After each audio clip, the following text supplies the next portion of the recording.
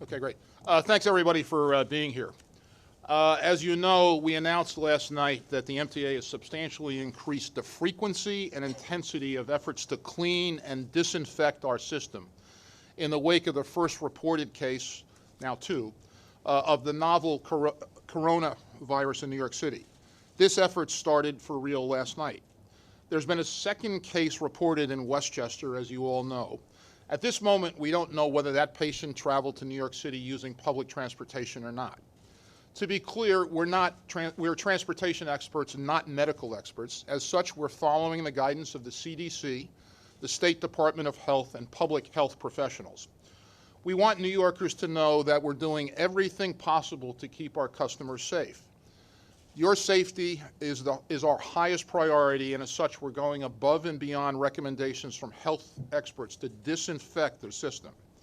New York City Transit, MTA Bus, Access-a-Ride, Long Island Railroad, and Metro North have significantly increased the frequency and intensity of disinfecting procedures at each of its stations and on its full fleet of rolling stock. Trains, cars, and buses will be cleaned daily, with the MTA's full fleet being disinfected every 72 hours. Frequently used surfaces and stations such as turnstiles, MetroCard and ticket vending machines, elevators, escalators, benches, and handrails will be disinfected daily using EPA-approved and CDC-endorsed disinfectants.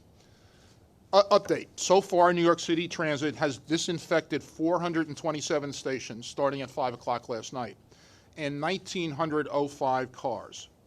MTA buses disinfected 1,974 buses last night and plans to do another 1,900 tonight. We're on track to do 5,700 buses, the full fleet, within 72 hours. Metro North has disinfected 60% of its fleet rolling stock and 64 of its 124 stations. The rest are being completed today. Long Island Railroad has disinfected its three busiest terminals, Jamaica, Penn Station, and Atlantic Terminal. An additional 121 stations are being cleaned as we speak. 300 Long Island Railroad cars have been cleaned in the last 24 hours. And I'll note that Access-a-Ride has disinfected 100% of its vans. That's 1,341 vehicles. Some of the Access-a-Ride population is medically vulnerable, and it was important to us that we disinfect all of those. Again, we're working in close coordination with the governor and state and federal health authorities. We continue to closely monitor the situation and take all necessary actions to ensure our system remains safe for our customers and employees. Before I turn it over to my colleague, MTA Chief Security Officer Pat Warren, I just wanted to note that this morning I took a Long Island Railroad train in the 6 o'clock hour, took it to Penn, got on the 3, I think it was the 3, to Grand Central, took the shuttle to Grand Central Terminal, and then took the 4 or 5 back down here. And I'll let Pat talk about his commute, but let me turn it over to him. Thanks, Pat. A few points. Together with our labor partners, we are working around the clock with health officials at every level of government to formulate the best response to the novel coronavirus. Also, we advise our customers and employees to continue to follow CDC guidance. The best defense remains good hygiene. It's worth knowing that health experts say you should go about your lives as usual. We continue to a constant communication with our customers, and we are rolling out new public service announcements across New York City Transit, Metro North Railroad, and Long Island Railroad. Our new announcements will say the following. Hello, everyone. Keep yourself and your neighbors healthy by washing your hands often. Use soap and water and wash for at least 20 seconds. Or use hand sanitizer. Please cover your nose and mouth with your elbow when you cough or sneeze. Let's work together to keep New York healthy. These the public service announcements also complement customer messaging already deployed across our thousands of subway screens and bus screens, as well as our 84 subway stations and over 550 railroad screens. As health experts have said, please stick to the basic practices you would use during any flu season. Avoid close contact with people who are sick. Avoid touching your eyes, nose, or mouth, and clean and disinfect frequently touched objects and surfaces. Further, if you feel sick, stay home and consult your health advisor. Another area for consideration is if you plan to travel. The CDC has posted travel warnings and restrictions on its website.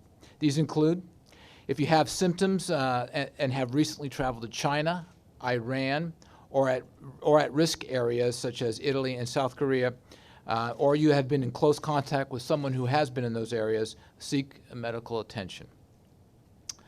Regarding MTA's readiness, the MTA has stockpiles of hygienic supplies on hand and continues to procure cleaning materials and has contingency plans for everything from health to weather events. We've also extended our hours for our employees to get flu shots during the day at our various medical centers for free. That concludes my remarks. And just for my one other thing, my ride. So I take the 6, the 4, and the 5 as I come to work today, and I noticed the same crowds that were out there every day. So I feel confident that New York is handling this well. Great, thanks. We'll take questions. Sorry. Please, go ahead. Correct. I just wanted to double check. Did I hear you correctly that you're giving time to MTA employees to go and get flu shots? Yes, and furthermore, we extended the hours so that they can. There are more hours in the day that the health facilities are open. They can get the flu shot. We always give flu. Yeah, we always get it. We just extended the hours for this event. Hi, Pat. Given the fact that the Westchester case, there's been enough lead time for them to make decisions on whether or not to close schools. Would you have, as an agency, like to have known by now whether or not this individual used Metro North to commute to work, knowing that he worked in Manhattan? And if you do find out that he did use Metro North or a particular line, what can be done to improve the conditions there? Obviously, the more facts known about a patient or a situation, the better off. What we will do is we'll take advice from the CDC and public health professionals as to what actions we ought to take, whether additional cleaning is appropriate, but we'll determine that in close consultation with the CDC and the State Department of Health and the New York City Health Commissioner as well. Dan. Wanted to ask about disinfecting in 72 hours. So I understand the logistics. Cars are not always in the yards for this, but how is this symbolic, or is there an actual 72 hours there's a disinfectant? I mean, how long does that last? Is this really going to make a difference in the cleanliness and dealing with the Dan, spread of virus? This is not symbolic at all. This is a substantial investment of time and resources and a substantial increase in both the frequency and intensity of disinfecting both stations and rolling stock at each of these agencies and every one of the accessible paratransit vehicles. It's not symbolic. It is real, and we think it will do two things. It will decrease the presence of viruses, both the COVID-19 and others, on our facilities, but it will also give passengers, our customers, a sense that we're doing everything we can. And we think it's entirely appropriate under the circumstances. What's just the level of disinfectant? How long does it last? Because if you're saying every 72 hours the whole fleet gets disinfected, how long does that disinfecting last on a typical train car? Look, I don't have the answer to that. We'll come back to that. It's important to note we're using EPA-approved and CDC-recommended cleaning solutions. We've also run them by health professionals. I spoke personally to the New York State Commissioner of Health and to our internal public health folks here. I will say that we're also looking at other products that are being used in other systems and situations, and we're doing that on a current basis, and it may be that we'll be supplementing the solutions that we'll use, and we'll keep you posted on that. Rich Lamb. I was just going to say, I might be getting a little bit too much into the weeds. I'm sorry. I might be getting a little bit too much into the weeds here, but what are they, spraying the inside of the car? And is somebody in a special suit doing this? And do we know the actual, what the disinfecting process is like? Yeah, Rich, first of all, as to the solutions, there's a whole list of EPA-approved and CDC-sanctioned or approved or recommended solutions. Each of the solutions that were being used is on that list. As that list is enhanced, we'll look at what's added to it. People are using these materials with gloves and whatever other PPE medical professionals recommend. David. You mentioned anecdotally that ridership does not appear to have gone down. Do you have numbers to back that up? Are you concerned that ridership might drop? And third question, is there a concern that on more crowded lines, fear around this virus spreading could cause chaos, and how are you controlling that or working? Well, look, first of all, every one of our lines is crowded. Ridership has been up. New Yorkers are used to challenges. I think New Yorkers have responded appropriately. We're committed to, as is Governor Cuomo, we're committed to communicating on a regular basis with our customers. And we're going to take whatever actions are necessary recommended by CDC, the Department of Health, the Commissioner of Health, and medical professionals going forward, as we have to date. Please.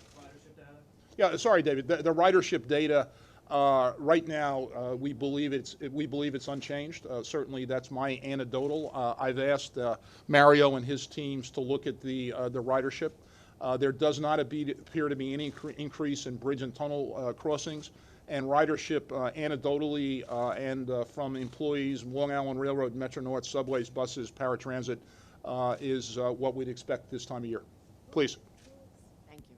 Who is doing the cleaning? Are they trained in any specific way to know how to do it? Is there overtime involved, or are you bringing in, let's say, additional people or experts? So the answer is on the subways, TWU workers who are highly skilled and highly trained, and they have the appropriate equipment.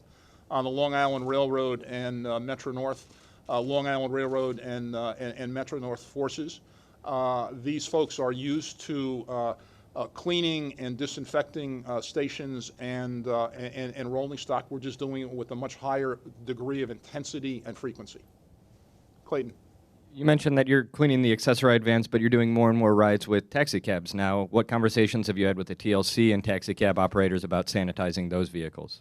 Good question. Met with the TLC, the new TLC commissioner earlier today. We've asked that we obviously don't control those vehicles as we do the accessoride vehicles we control under contract.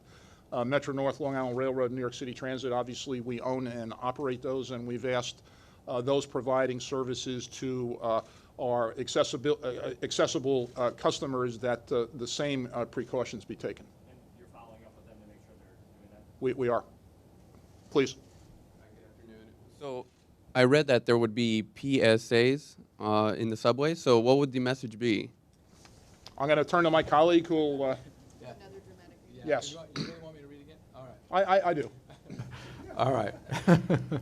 All right. It says, hello, everyone. Keep yourself and your neighbors healthy by washing your hands often. Use soap and water and wash for at least 20 seconds.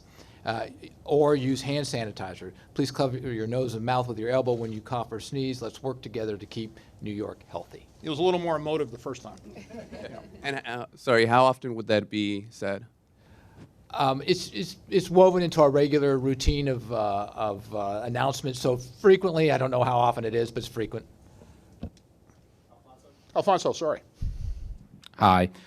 From listening to those numbers, it sounded like Long Island Railroad wasn't as far along in the sanitizing as some of the other agencies. You said they did the 3 main stations, and the others were, I guess, in progress. Are there any specific challenges with the Long Island Railroad, or any reason why maybe they wouldn't be as high a priority as some of the other agencies? So I don't agree actually with the premise. On the rolling stock side, 300 cars have been disinfected in the last 24 hours.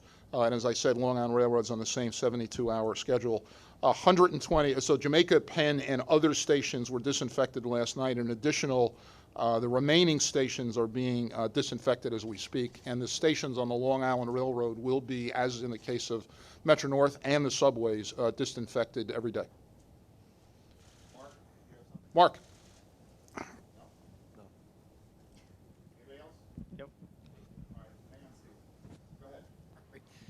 Given that you all are not medical professionals, as you said, can you still offer subway and bus riders, particularly, any reassurance about whether this can be contracted or transmitted from a hard surface, like a metal surface, like a subway pole or anything like that?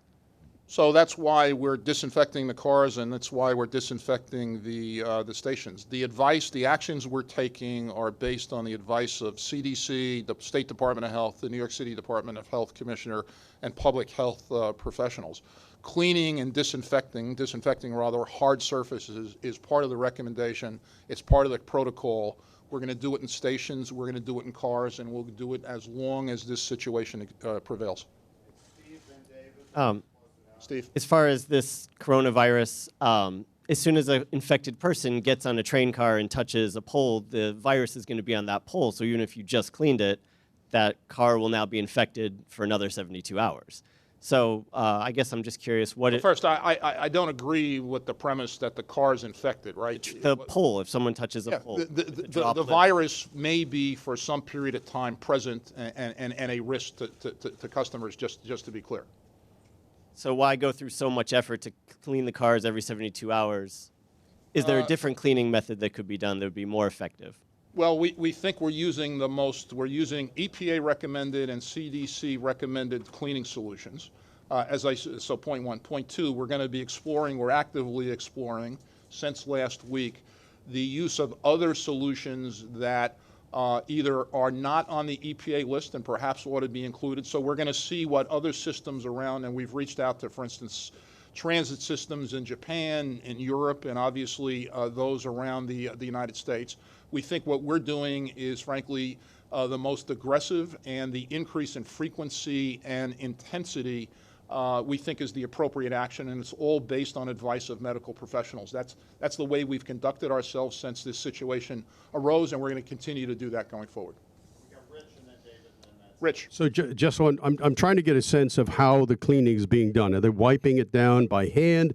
Are they spraying it with some kind of a device and just going through, or how is it a combination? Yeah, Do we have any sense? do you want to? There's a picture on the wall. Yeah. It's basically being done by. I'm sorry. It's basically being done by, at the present time, by wiping. I mean, there's spray bottles and stuff, but wiping's part of it. There are protocols that can use some kind of misting and other systems out there that we're looking into right now. But currently, initial push is using wipes and sanitizer. Pat, you mentioned we don't know yet whether this gentleman in Westchester took the train. Let's say in an hour you find out that he did take Metro North maybe 2 days ago. What's the immediate response to that type of situation? The immediate response is, and we've had these discussions, is talk to the CDC, talk to the Department of Health, talk to the public health professionals. We're going to take their advice every step of the way, and we will keep the public informed as to what we're doing. The last thing, is that the last question? Yes. The last thing I'll say is my plan tonight is to take the Long Island Railroad back to Port Washington. I'll get there by taking the 2, 3, and the 1. And you? I'll be back on the 6, 4, 5. Good, Sarah? Likely the 4, 5. There you go. Thanks, everybody.